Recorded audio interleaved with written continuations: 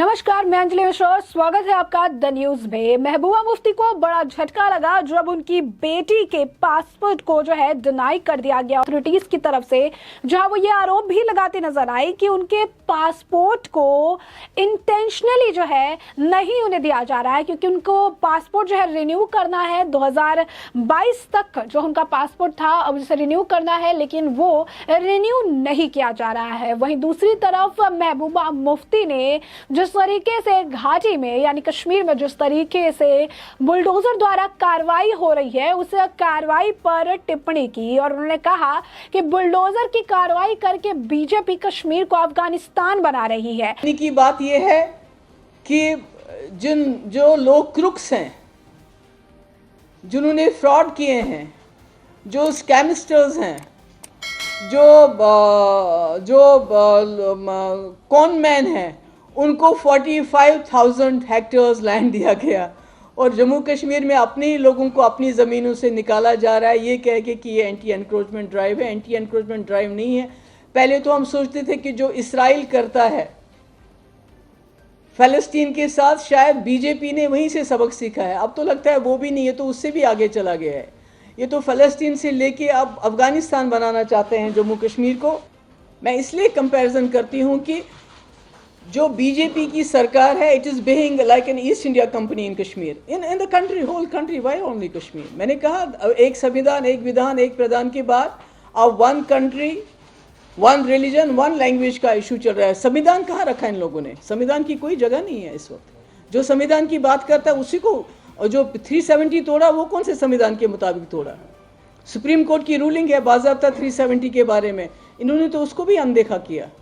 तो मैं क्यों ना करूं? अगर आप कश्मीर आ जाएंगे, मैंने कहा ना, आई एम सॉरी कि आपका ये नहीं, मैं दिखाती आपको कि वो फ़लस्तीन तो फिर भी बेटर ऑफ है, उनकी तो कोई लोग बात करते हैं। ये तो अफ़गानिस्तान से बदतर हो रहा है, जिस तरह से वहाँ बुलडोज़र लेके लोगों के घरों को तोड़ा जा रहा है। टीन वाले मकान है बेचारे लोगों के, उनको तोड़ा जा रहा है। क्या मकसद क्या है? आखिर क्या कुछ है पूरा माजरा, विस्तार से जान लेते हैं। बात करेंगे सबसे पहले महबूबा मुफ्ती की बेटी इर्तिजा की। तो बता दें आपको कि महबूबा मुफ्ती की बेटी इर्तिजा मुफ्ती को पासपोर्ट जो है नहीं दिया जा रहा है। उनका पासपोर्ट 2022 के 8वें महीने में खत्म हो चुका है। उसके रिन्यू के लिए उनका कहना है कि काफी समय से वो उसे दिया गया है, लेकिन अभी तक उसके वेरिफिकेशन वगैरह करके उन्हें नया पासपोर्ट उपलब्ध नहीं कराया गया है, जिसकी वजह से उन्हें दिक्कत हो रही है। और इसे लेकर उन्होंने पत्र भी लिखा है। पत्र आखिर उन्होंने किसको लिखा है? उन्होंने एडीजीपी को पत्र लिखा है, जिसमें उन्होंने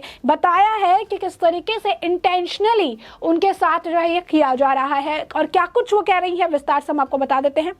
पीपल्स डेमोक्रेटिक पार्टी यानी पीडीपी के अध्यक्ष महबूबा मुफ्ती की बेटी इल्तिजा मुफ्ती ने एडीजीपी और सीआईडी के कार्यालय पर पिछले 6 महीने से जानबूझकर उनका सत्यापन नहीं कराने का आरोप लगाया है और इस तरह उन्हें पासपोर्ट से वंचित रखने का भी आरोप वो लगाती नजर आई। एजीडीपी आर स्वान को 9 जनवरी 2023 को लिखे एक पत्र में इल्तिजा ने यह दावा किया कि विदेश यात्रा का अधिकार एक मौलिक अधिकार है, यानी फंडामेंटल राइट है, और प्रतिवादी या उसकी एजेंसियों द्वारा सामान्य रूप से लंबी पूछताछ के अधीन नहीं होना चाहिए। काफी लंबे समय से इसे दिया गया है। उन्होंने कहा कि इसकी आपकी यानी एडीजीपी स्वयं निष्क्रियता और ऐसा करने में विफलता मेरे अधिकारों का उल्लंघन करती है और मुझे गंभीर समस्या का कारण जो है बनाती है। मैं आपसे ध्यान में लाना चाहूंगी कि कानून का पालन करने वाली नागरिक और मैंने कभी भी किसी तरीके का कोई कानून नहीं तोड़ा है।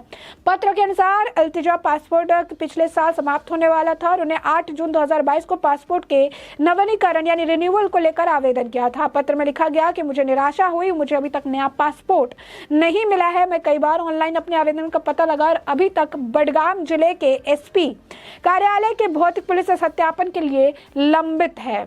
बता दें कि हाल फिलहाल में राहुल गांधी के साथ भी जो है महबूबा मुफ्ती और उनकी बेटी इल्तिजा मुफ्ती चलती हुई नजर आई थी। भारत जोड़ो यात्रा जब कश्मीर से होकर निकली थी तो इन दोनों को वहां देखा गया था और इल्तिजा तब अब बता दें आपको कि एक तरह से फ्रेम में आई थी या फेम कहिए उनको मिला था जब उनकी मां पर कार्रवाई हो रही थी और उस दौरान वो आकर राइट्स के बारे में बात कर रही थी।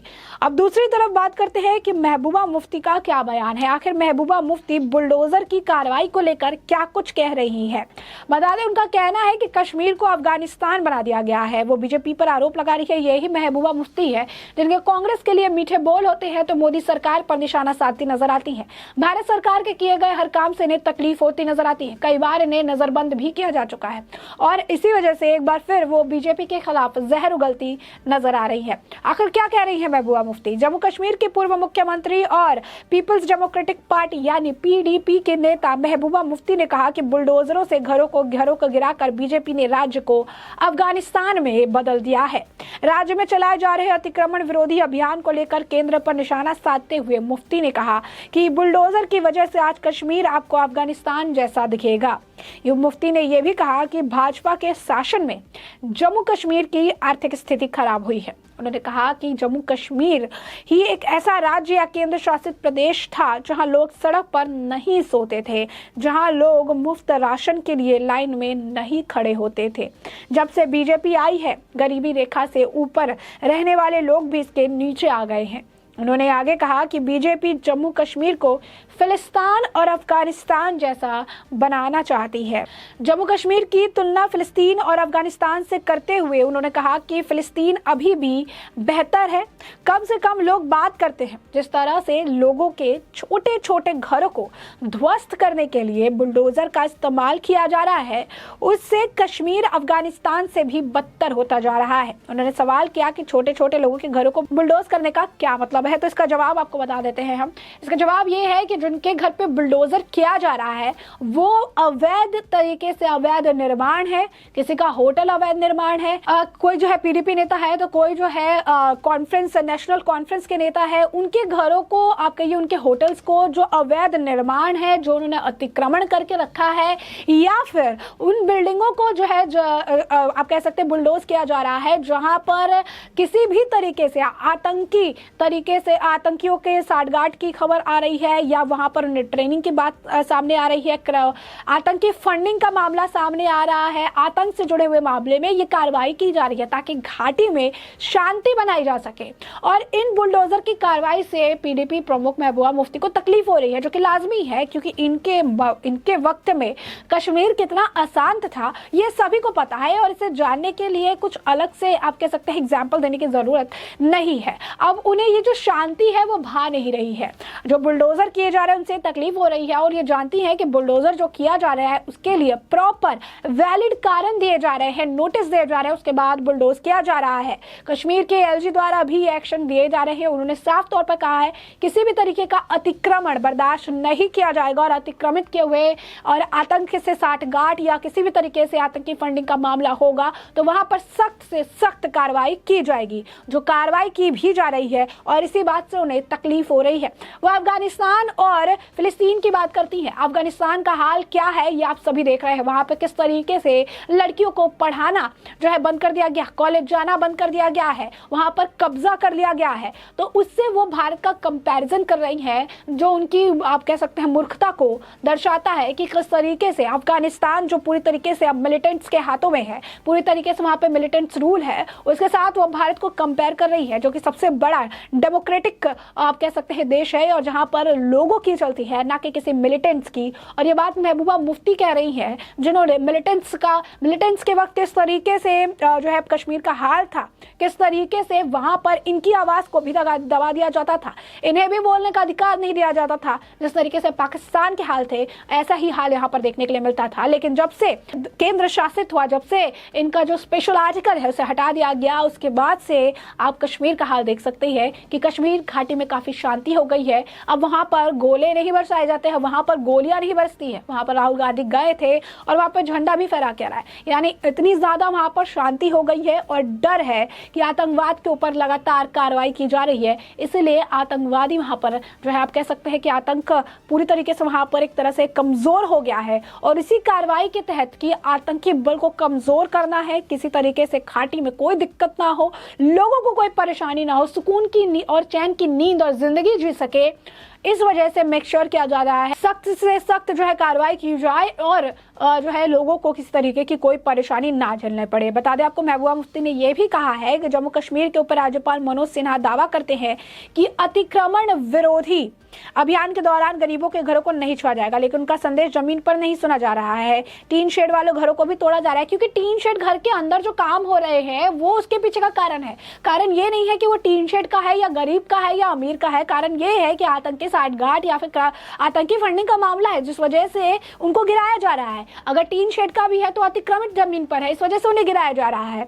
तो ये सारी चीजें हैं। केंद्र की बीजेपी सरकार की आलोचना करते हुए उन्होंने ये भी कहा कि भाजपा एक संविधान, एक विधान, एक प्रधान के नारे से एक देश, एक भाषा, एक धर्म का रास्ता जो है खोला है, जहां कोई संविधान नहीं है। उन्होंने कहा कि भाजपा बहुमत के जरिए हर चीज को हथियार बना रही है और संविधान को बुलडोजर जो है कर रही है। मुफ्ती ने 370 हटाए जाने का जिक्र करते हुए कहा कि 2019 के बाद से जो कुछ भी हुआ है वो हमारी पहचान, अर्थव्यवस्था, नौकरी और हमारी जमीन पर हमला है।